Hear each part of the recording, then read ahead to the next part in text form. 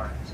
Over here on the right, a lot of HHSH-60 helicopters. These will come back into flight at some time. Also on the right, you'll see a lot of those C-23 Shorts Brothers. They've got the N numbers on them now for the U.S. Forest Service. A mile of KC-135s over here. They're being replaced by C-46s. These are 50 years old. C-46 is going, KC-46 is going to be the tanker of the future based on a 767. A lot of Vikings on the right. Behind the Vikings are Intruders. If you could see down there, Danny Glover's A6 Intruder is sitting down there that he flew in Flight of the Intruder. Some of the you see Hurons over here on the right, and then we're coming up on some T-34s. Then we got a bunch of helicopters up here on the left. You're going to see some UC-57s. You'll see some of the Forest Service Cobras, some Hueys. Got a bunch of F-4s over here. A little history, there's two F-4s sitting over there 50 feet apart. On May 6, 1972, they each shot down a separate MiG-21 in Vietnam, and now here they sat 50 feet apart. That's some of the history that's out here in the desert. Some T-2 Buckeyes. Going to go around the corner, you'll have a great shot of the Catalinas in the background and the KC-135s in the foreground. Up ahead on the right, there is a large 4s on the right and 3 RF-8 Crusaders. That's the test bed for materials.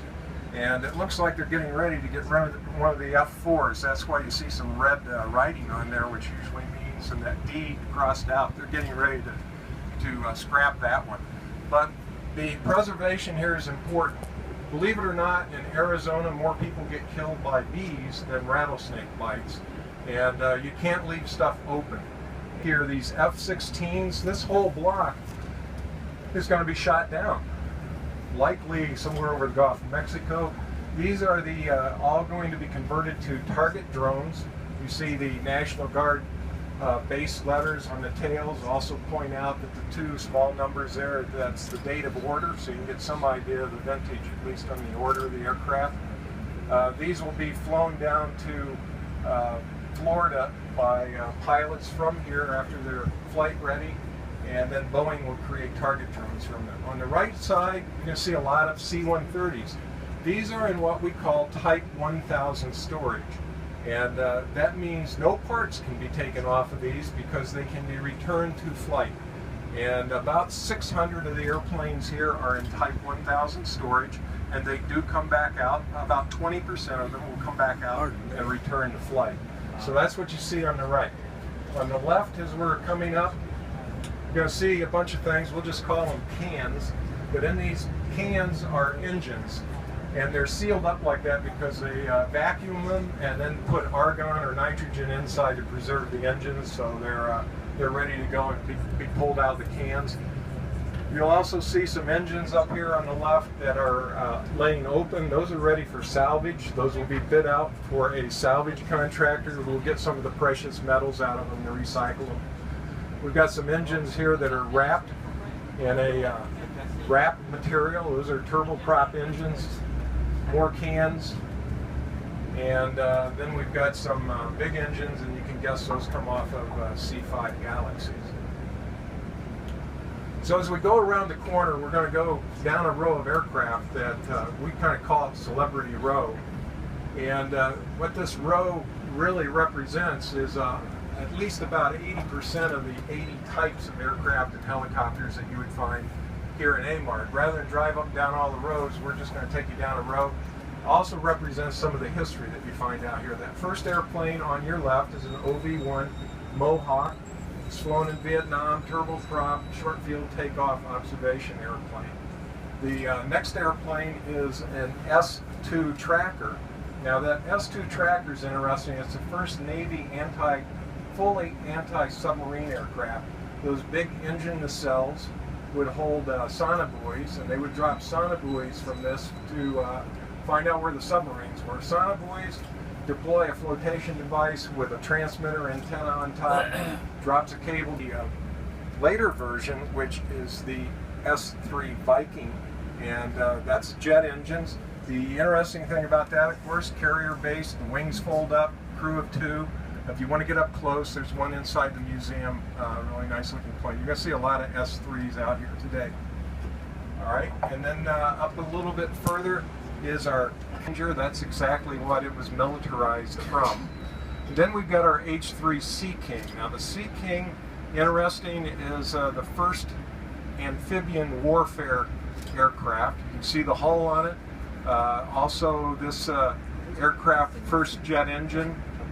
If you picture this in a nice green paint scheme with U.S. Marines down the side taking off from the White House lawn going to Andrews Air Force Base, same type helicopter flown as Marine 1.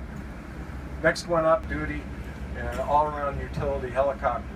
Two Cobras. The first one's a Sea Cobra. It would go out and it would detect what kinds of communication systems the enemy had. So the C-130s, big jet engines, short field takeoff. The exhaust off those engines would go over the wing, provide smoke jumpers. The tail opens up, there's a ramp on the back.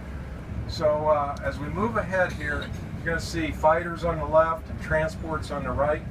Our first fighter on the left is the Thunder Chief. That is the only aircraft ever pulled from service because of years. This one is a Purple Heart recipient. Well, you give Purple Hearts to people in airplane. About 520 FA-18 Super Hornets on underneath the wing, drop them, and they would be shot at, and not the yellow wings. The came out of service in 2006. 737, that's exactly what it's based on. The F-15 is the U.S.'s top up on its tail. You can continue to accelerate as you go straight up.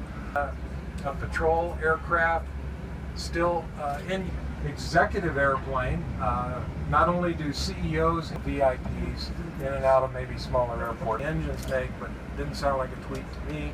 T-30 that the U-2 pilots would use to stay and kind of holds the record for most regenerations around here. It started as a tanker, KC-135, went on to the FAA to map 50 years ago with Boeing for some testing over the eastern side of actual photos of this in flight. It flew back from the Rockies 5 hours, and it would be launched out of Utah and fly over, it's the only few times.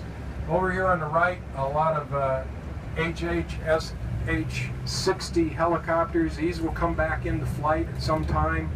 Also on the right, you'll see a lot of those C-23 Shorts Brothers. They've got the N numbers on them now for the U.S. Forest Service. A mile of KC-135s over here. They're being replaced by C-46s. These are 50 years old. C-46 is going, KC-46 is going to be the tanker of the future based on a 767. A lot of Vikings on the right. Behind the Vikings are Intruders. If you could see down there, Danny Glover's A6 Intruder is sitting down there that he flew in Flight of the Intruder. Some of the, you see Hurons over here on the right, and then we're coming up on some T-34s. Then we got a bunch of helicopters up here on the left. You're going to see some UC-57s. You'll see some of the Forest Service Cobras, some Hueys. Got a bunch of F-4s over here. A little history, there's two F-4s sitting over there 50 feet apart. On May 6, 1972, they each shot down a separate MiG-21 in Vietnam, and now here they sat 50 feet apart. That's some of the history that's out here in the desert. Some T-2 Buckeyes. Going to go around the corner, you'll have a great shot of the Catalinas in the background and the KC-135s in the foreground.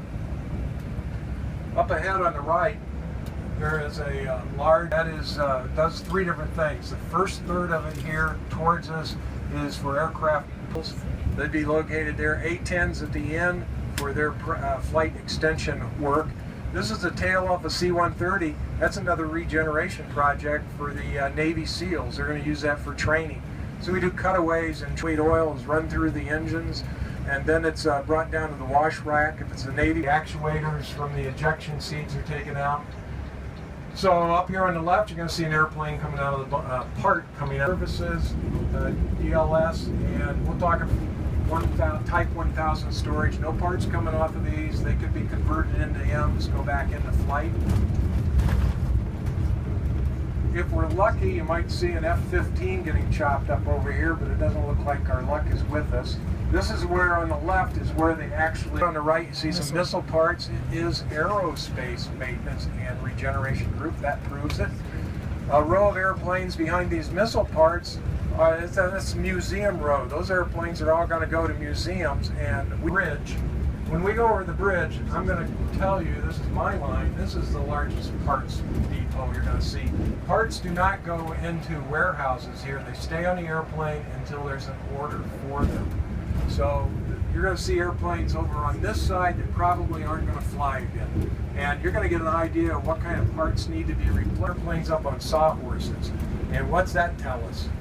It tells us that those landing gears get beat up. 22-foot wing on that airplane. And the interesting thing, NASA had 2 of those and they wanted a third one. They got one out of here in 2013 and flew it after it sat here for 41 years. A bunch of T-38s, see some parts missing off of those? Yes, there are. And then you'll see some C-5s in the back. Those are for parts, but there's more of those coming, some F-4s. And then we're going to come up to our B-1B rows. I told you there were about 18 B-1Bs here. Same story, parts are coming off of these, supporting the flying B-1s. These aren't being built anymore, so to keep them in the air, that's again one of the roles of AMARC here. As you look down the next row, you see some Hornets coming up. Got kind of the V-tail sticking up in the back. Well, there's a Navy Blue Angel Hornet there, position 7. And you can imagine sometimes those have a hard life also in the air show circuit. So sometimes those get exchanged out here also. Some C-130s here for parts. And then if you want a photo opportunity of a bunch of C-5s, this will be it on the right side. But we're going to turn around and come back out. So if you're on the left side, you'll be able to get the same photograph. There's a A3 whale setting there. Now these C-5s, it's amazing to me that the most movement on an aircraft setting out here in the desert takes place on the biggest airplane. These things are really vulnerable in the wind. You see some rudder damage where things have been ripped off. They're cabled to the ground, but C-5s, if they get hit out here by a heavy wind, could turn as much as 40 degrees in position. A bunch of helicopters are coming up on a row of helicopters. I don't know which one it is, but the last helicopter out of Vietnam is in that row. And hopefully some museum will be able to acquire that at some time. We've got some A-10s here, and we're going to reach our turnaround point down here, and then it's time to talk a little bit about these A-10s that had come off the part of their renovation program. You're going to see some P-3s up here, rows of those. A couple of hangars provide a little bit of comfort to guys working out here in the desert. Is that here? Well, the Marines were smart when the UK stopped flying that Harrier. They opening up, and he's just going to grab a chunk of that F-15 and rip it up. So again, we have 5 missions that you saw here. Hopefully you saw them each demonstrated. We have the maintenance